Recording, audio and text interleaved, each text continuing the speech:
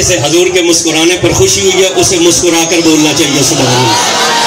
جب یہ بات سنی تو حضور مسکرا، حضور نے مسکرا کر کہا چچا اس رات میری امی نے میرے ہاتھ کس کے باندھ دیے تھے، میں رونے کا ارادہ کرتا تھا نا تو چاند مجھے لوری دیتا تھا، میں رونے کا ارادہ کرتا تھا۔ دیکھے ماں کام کر رہی ہے نا اور بچہ چھوٹا رونے لگے تو بہن اٹھا لیتی ہے کہ نہیں اٹھا لیتی، پھر سینے سے لگا لیتی ہے نا، پھر کوئی اللہ کا ذکر کرتی ہے کوئی درود پڑھتی ہے۔ حضور فرماتے ہیں میری امی نے میرے ہاتھ کس کے باندھ دیے، میں رونے کا ارادہ کرتا تھا تو چاند مجھے لوری دیتا تھا۔ 60 کی دہائی میں یہ نیل آرم سٹرانگ گیا تھا چاند پر، پھر جب وہ سیٹلائٹ واپس آئی تو اس نے دنیا والوں سے کہا دنیا والوں چاند تمہاری زمین سے 2,40,000 میل کی بلندی پر ہے، اب وائی بلاک کی اس محفل میں آنے والوں حضور تو مکہ میں سیدہ آمنہ کے حجرے میں پگوڑے میں لیٹے ہیں، ظاہری عمر چند مہینے ہے، 2.5 لاکھ میل کے فاصلے سے چاند لوری دے رہا ہے، حضور یہاں سو رہے ہیں اور صرف سن نہیں رہے چاند سے باتیں بھی کر رہے ہیں سبحان اللہ۔ جب حضور نے کہا نا چچا وہ چاند لوری دیتا تھا تو ہم چاند سے باتیں کرتے تھے، ان کے ہوش اڑ گئے۔ انہوں نے کہا اچھا آپ چاند سے باتیں کرتے تھے؟ حضور نے کہا چاچا حیران کیوں ہے، اجازت ہو تو اگلی بات نہ بتلا دیں سبحان اللہ۔ اگر آپ نے بھی سننی ہے تو پھر ہاتھ پورے اٹھا کر بولو سبحان اللہ۔ کہا اگلی نہ بتلائیں؟ انہوں نے کہا ماں باپ قربان بولیے۔ حضور نے کہا چچا قسم اس رب کی جس کے قبضے میں مجھ محمد کی جان ہے، میں اپنی ماں کے پیٹ میں تھا، یہ چاند روزانہ اللہ کے عرش کے نیچے سجدہ کرتا تھا، اس کے سجدے کی آواز میں ماں کے پیٹ میں سن لیا کرتا تھا سبحان اللہ۔ عرش کہاں ہے؟ عرش کہاں ہے؟ جبریل کو بھی نہیں پتا کہاں، صرف حضور کو پتا ہے، حضور کو پتا ہے۔ حضور نے کہا یہ عرش کے نیچے سجدہ کرتا تھا، اس کے سجدے کی آواز میں ماں کے پیٹ میں سن لیا تھا، ہوش اڑ گیا حضرت عباس کے۔ حضور نے دیکھا چاچا اور حیران ہے، مسکرائے حضور، فرمایا چاچا حیران کیوں ہے، اجازت ہوئے تو اگلی نہ دسی سبحان اللہ، سننی ہے تو پھر ہاتھ چوک کے سبحان اللہ۔ آج تسی پھس گئے ہو نا، ہن کل انہاں دا ترلا کرے جی اگے تو پیراں نوں نہ سدیا جائے، مگر میری یہ بھی آپ کو ایک میری طرف سے آفر ہے، آج حضور کے نام پر ہاتھ اٹھاؤ، آج جسے حضور کے نام پر تھکاوٹ ہو گئی نا، مالشیے کے پیسے مجھ سے لے جائے گا جاتے ہوئے، صبح مالش کرا لینا مگر آج حضور کے نام پر ہاتھ اٹھانا۔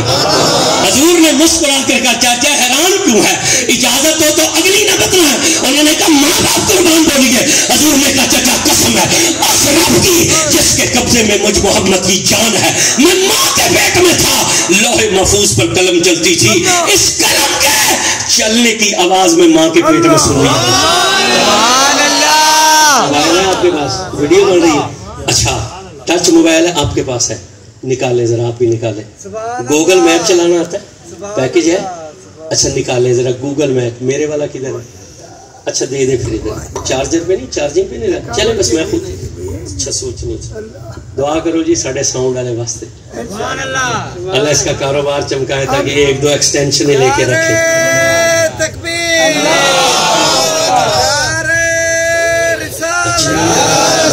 بولیے آپ نے سرچ میں لکھیں مسجد نبوی، لکھیں سرچ میں مسجد نبوی، لکھیں دروشی پڑھے ایک مرتبہ مسئلہ آج کھول کے تے کڑ کے جاسا انشاءاللہ، توجہ کریں، پڑھے اونچی آواز سے دروشی، پڑھے پڑھے پڑھے۔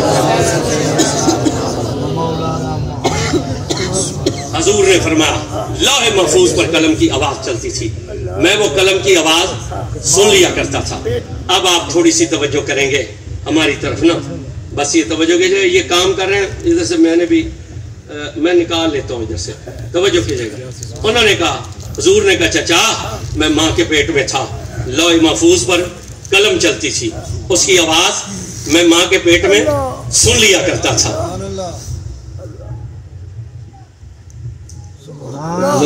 اچھا جی وہ نکالیں ادھر سے، ادھر سے بھی نکالا تھا، قلم دیں جی، قلم ہے کسی کے پاس؟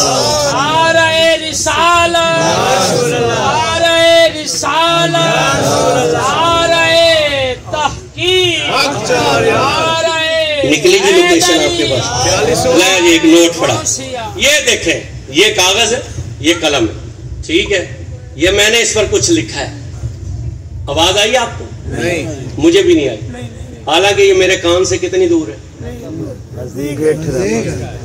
1 فٹ بھی نہیں، مگر اس کی آواز میں گورنمنٹ سکول میں ہیڈ ماسٹر ہوں، 7:45 بجے سے لے کر نا 2:15 بجے تک میں قلم چلاتا ہوں، میں نے آج تک قلم کی آواز نہیں سنی۔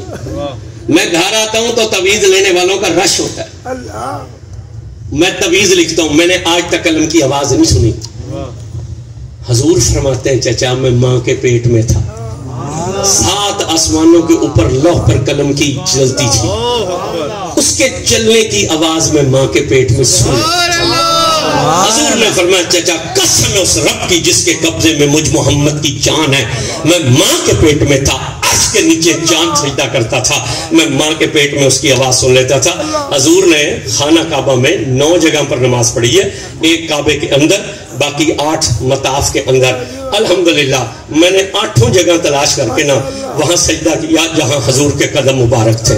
میں نے مکہ میں حضرت امیر حمزہ کے گھر میں سجدہ کیا، حضرت ابو بکر کے گھر میں سجدہ کیا، حضرت عمر کے گھر میں سجدہ کیا، میں نے حضور سید دو عالم کے اپنے گھر میں بھی جا کر سجدہ کیا کہ مجھے 1 مرتبہ وہاں جانے کی سعادت ملی جو حضرت آمنہ اور حضرت عبداللہ کا گھر تھا۔ میں نے سیدہ خدیجہ کے گھر کے مقام پر سجدہ کیا، میں نے غار ثور میں کئی مرتبہ میری حاضری ہوئی، میں نے اوپر جا کر نفل پڑھے، میں نے غار حرا میں کئی مرتبہ نفل پڑھے۔ حضور مدینے داخل ہوئے، جہاں حضور نے پہلی فجر کی نماز پڑھی میں نے وہاں بھی سجدہ کیا۔ مسجد قباء میں جہاں حضور نے نماز پڑھائی میں نے وہاں بھی سجدہ کیا۔ ہمیں وہ جگہ بھی پتا ہے کہ جہاں حضور کا مصلی تھا۔ مسجد نبوی میں حضور کی محراب میں بھی سجدہ کیا۔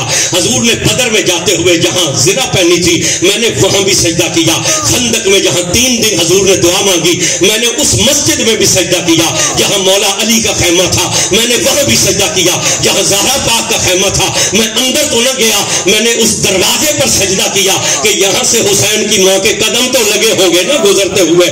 میں نے سلمان فارسی کی مسجد میں سجدہ کیا۔ میں نے پیر روحہ میں جہاں 70 پیغمبروں نے نماز پڑھی میں نے وہاں بھی سجدہ کیا۔ پیر شفا پر بھی سجدہ کیا۔ بدر میں نے عریش پر بھی سجدہ کیا۔ میں نے مولا علی کی مسجد میں بھی سجدہ کیا۔ میں نے حسین پاک کے روضے پر بھی سجدہ کیا۔ میں نے 10 اماموں کی بارگاہ میں بھی سجدہ کیا۔ میں نے غوث پاک کی مسجد میں بھی سجدہ کیا۔ جہاں تک میں جا سکا جس ولی تک میں نے ہر کسی کی مسجد میں سجدہ کیا۔